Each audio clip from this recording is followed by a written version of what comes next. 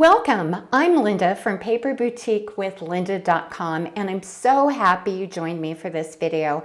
My husband retired last year and I have not been active on my blog or YouTube channel for quite a while. We've spent quite a bit of time traveling and figuring out our next steps. I have been making projects, can't wait to share them with you, just haven't published them. So I'm thrilled to be making this video. Well, enough about me. Today I want to share a fun and easy pyramid album that I made using graphic 45 papers. First I'll show you the album, then I'll give you a few pointers if you want to try this project. I will put a link to the project sheet and to the graphic 45 video tutorial in the show notes below. Let's get started. I can't wait to show you. What I used for this particular album is I used the kaleidoscope packet from Graphic 45. It's kind of hard to find, but the great news is the concepts are so very basic that you can use any paper. It doesn't have to be Graphic 45, although I love Graphic 45. You can use any papers. As you're going to see in a second, my album is quite a bit different from the Graphic 45 one, but I followed the basic instructions. So let's get started.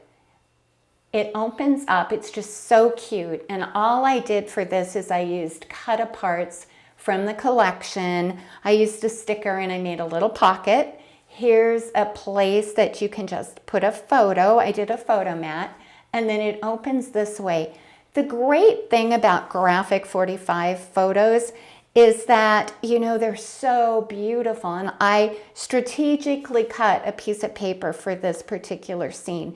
You could put a photo on top of this, you could put some journaling spots, whatever you liked.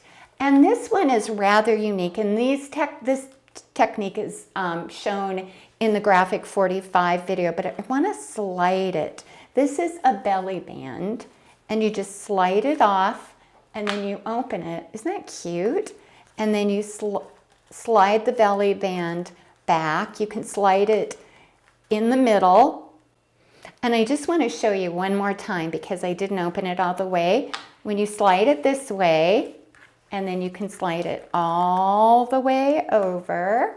It's hard to get in frame. And then you open it up. I just thought that that's really a fun concept. I'm not going to bother to close it for now. And then on this side are a side pocket and some journaling spots.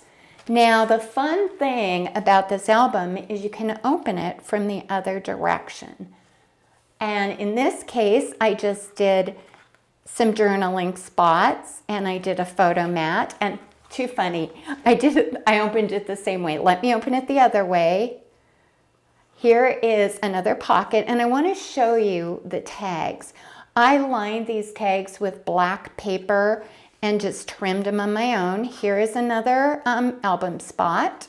And in this case, Graphic 45 comes with quite a few cut-aparts, but I ran out of cut-aparts. So all you do is just cut any paper and then back it with a black piece of cardstock, and it looks like you have a cut-apart.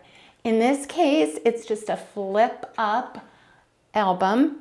And what I like to do, I don't know if you can see, I did a little punch out here, put it over the top of a magnet, and then I put a magnet right here because I don't know if you can hear that, but I like that sound.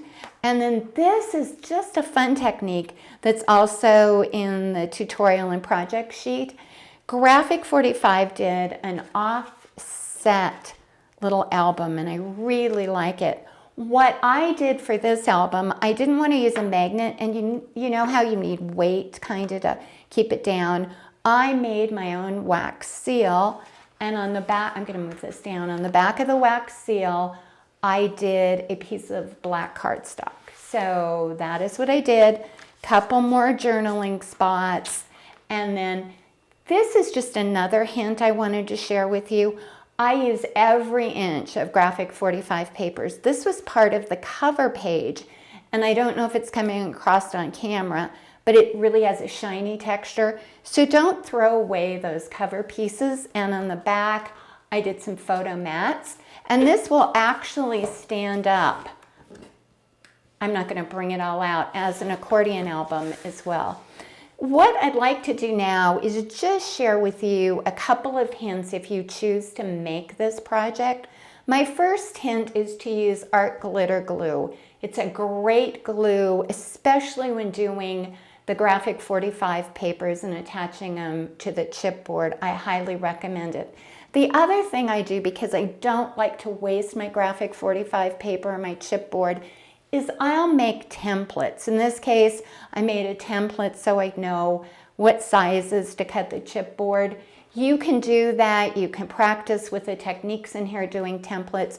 What I do is I purchase, it's called Pen and Gear. It's 110 white cardstock from Walmart, and it's 8.5 by 11, and it's very, very inexpensive. And like I said, it's at Walmart. I practice with it. Also, you can practice with printer paper. The most important thing in this project is the chipboard. You need, as you can see, you need a medium weight chipboard that has a black core to it.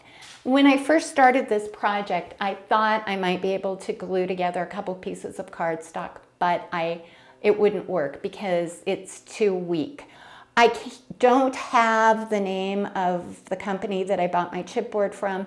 You can buy it from Graphic 45, and there's several online from Amazon. The other thing I want to mention is while we were traveling, oh my goodness, we discovered this amazing little scrapbook store, and I know there's not many of them left. It's called Altered Purposes, and it's on Main Street in Colorado Springs, and they had the most amazing vintage graphic 45 papers, and I bought tons of them. This one is from the Wild and Free collection. Here's one from Elegance. This one is from Nature's Notebook. This one is Blossom, and I could go on and on. I have a few more, and they did have a current one that I did want to show you. This is Little Things. So in closing, I highly, highly recommend that you stop by Altered Purposes. Well, I'd like to thank you for watching my video, and for more projects and ideas, please stop over to my blog, www.paperboutiquewithlinda.com. Thanks again for showing up and watching my video. I really missed all of you. Bye-bye.